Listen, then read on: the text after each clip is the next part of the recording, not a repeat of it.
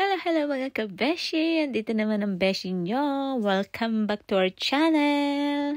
At andito na naman nga ang beshi nyo na laging nagda-diet pero lagi rin namang nasa kainan. At eto nga, dito nga kami napunta sa isang Korean restaurant dito sa Madrid.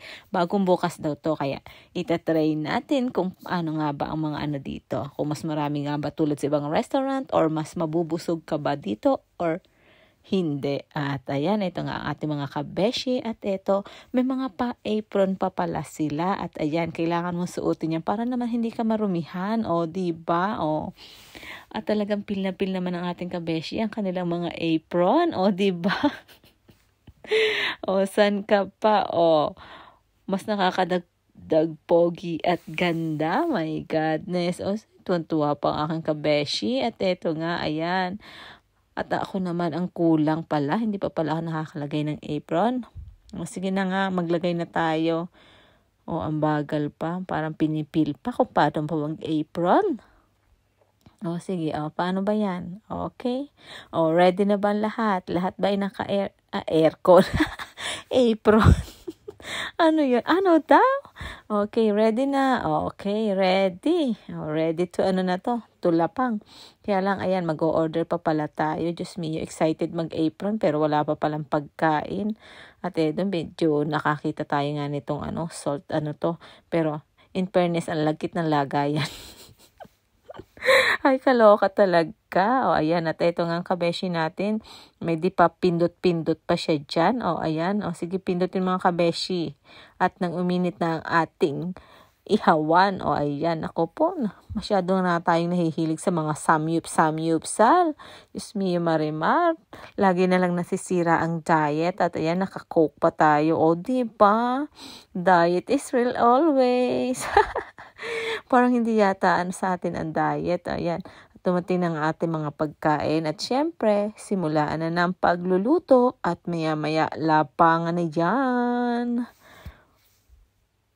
At yun nga, habang hinihintay natin uminit ang ating lutuan, ayan, kailangan natin isprayhan ng konting mantika. Ayan.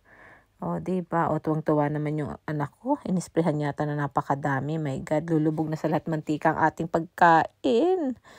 O, diba? Ayan, at ito nga, hindi naman kami masyadong mahilig sa salsa, ha? Sa mga sauce, ayan, ang dami pang pinaglalagay. My God.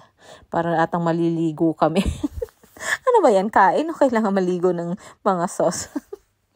My God talaga. O, kasi favorite niya yan. O, diba? Kahit wala pa yung ating At ito, dumating ng ating siomay. The favorite. O, sarap na sarap talaga lagi ako sa siomay. Ayan, o. O, saan ilalagay? Piprituhin din, iihawin.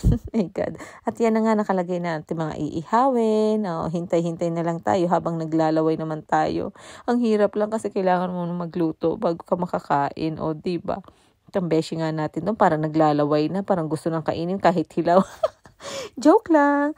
Ayan, o, kanya-kanyang luto na at kanya-kanyang kuha na rin kapag may luto. O, syempre, o, di kaya muna tayo ng siomay. Yung habang naghihintay tayo ng mga niluluto. At mayroon din diyang mga gyoza. Ay, hindi ko pa nakita. Pero ang dami talaga ng sauce, o, diba? Talagang gusto yata maligo ng mga sauce itong mga kabeshi kong to. Okay, tara, kain-kain tayo. Ang hirap lang ba yan ng gantong kainan? Kailangan pang gutumin bago ka makakain. Siyempre, magluluto ka pa. Ayan, o. Mayroong kumakain na doon at mayroon namang nagluluto. Ayan, may hipon pa rin tayo dyan. At padami ng padami ang ating ino-order. O, diba? Hanggang di na tayo magkanda o gaga. Ang dami. Ayan, may mga kanin pa. Tig-iisang bowl na maliliit pa sila ng kanin. O, at yan, o. O, hindi pwede talagang walang kanin ng ating kabeshi. Rice is life. O, diba? O, yan, tusukin mo. Kung di mo makuha ng chopstick, tusukin mo na lang, girl. O, ang init, diba? At ito nga, o, kanya-kanyang kuha na dyan. At mayroon pa tayong kamote. O, in-slice na lang ng mga pinang slice yan para mabilis maluto. O, nandyan din ang ating mga dahon-dahon. At syempre, o, sige, mukhang hirap na hirap.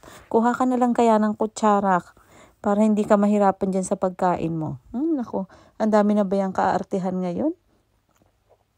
Dati naman, pakutsa-kutsara, kinakamay pa. Ngayon, pa-chopstick na. Oy, ano ba yan? O, akala...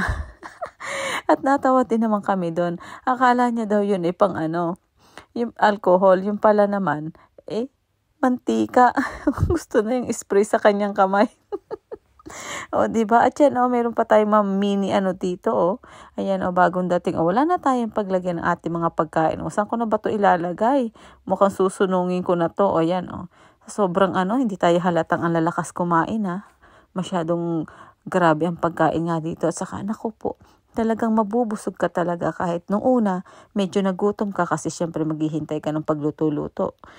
Ayan, ngayon, ang dami naman nagdatingan. Diyos mio, Marimar. Kaya ayan, diretso lang ang kain natin. O, diba, ginusto natin yan. Samyup, more.